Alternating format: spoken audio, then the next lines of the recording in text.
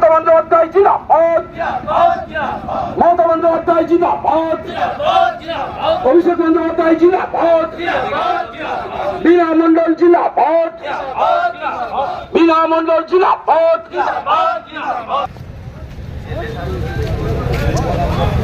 We want justice, we want justice, we want justice, we want justice, we want justice, we want justice, we want justice, we want justice, we want justice. আজকের ঘটে দ্রুতির জবাব করতে হবে, করতে হবে, করতে হবে। বন্দে মাতরম, বন্দে মাতরম। তৃণমূল কংগ্রেস জিন্দাবাদ, জিন্দাবাদ, জিন্দাবাদ। বীণা মণ্ডলের নেতৃত্বে স্বরূপনগর তৃণমূল কংগ্রেস লড়ছে, লড়বে, লড়ছে, লড়বে। We want justice, we want justice, we want justice. এত দেরি হচ্ছে কেন? সিবিআই তুমি জবাব দাও, জবাব চাই, জবাব দাও। আমরা কিন্তু ফাঁসি চাই, ফাঁসি চাই, ফাঁসি চাই। আমরা কিন্তু ফাঁসি চাই, ফাঁসি চাই, ফাঁসি চাই। ছাত্রী যুব পথে নেমেছে, আমরা সবাই লড়ছি, লড়বো, লড়ছি, লড়বো। বাংলার মানুষ পথে নেমেছে, আমরা সবাই লড়ছি, লড়ছি, লড়বো। বন্দে মাতরম, বন্দে মাতরম। তৃণমূল কংগ্রেস জিন্দাবাদ, মমতা বন্দ্যোপাধ্যায় জিন্দাবাদ, বীণা মণ্ডল জিন্দাবাদ। শেষ স্বরূপনগর তৃণমূল কংগ্রেস বীণা মণ্ডলের নেতৃত্বে লড়ছে, লড়বে, লড়ছে। We want justice, we want justice, we want justice. আজকে র্যালি কেন?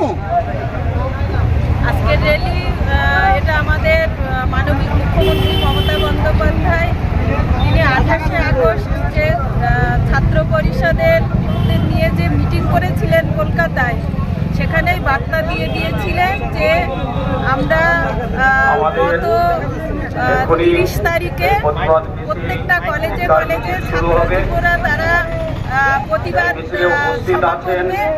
প্লাস আমাদের যারা আমরা মাদার সংগঠনে আছি, ব্লক সভাপতি, অঞ্চল সভাপতি, শাখা সংগঠনের সভাপতি এবং আমরা যারা এমএলএ, তারা আজকের এই একটা প্রতিবাদ মিছিল করব। তারই পরিপ্রেক্ষিতে আজকের আমরা এখানে সকলে এসে সম্মিলিত হয়েছি। কিসের জন্য প্রতিবাদ মিছিল? এটা আরজি করের যে জুনিয়র ডাক্তার, তাকে যেভাবে নৃশংসভাবে খুন করা হয়েছে, ধর্ষণ করে খুন করা হয়েছে, তারই প্রতিবাদে আমরা আজকে রাস্তায় নেমেছি। আমরা চাইছি যারা ধর্ষক তাদের ফাঁসি হোক এবং অলরেডি আমাদের সিএমও ঘোষণা করেছেন যে এটা ইমিডিয়েটলি যারা প্রকৃত ধর্ষক তাদেরকে চিহ্নিত করে তাদেরকে ফাঁসি দেওয়া হোক। এবং আমাদেরও কিন্তু অধিবেশন ডাকা হয়েছে আগামী 2 তারিখে, 3 তারিখে তার অ্যামেন্ডমেন্ট বিল আনা হবে যে 10 দিনের মধ্যে যারা ধর্ষক তাদেরকে ফাঁসির সাজা দেওয়ার জন্য।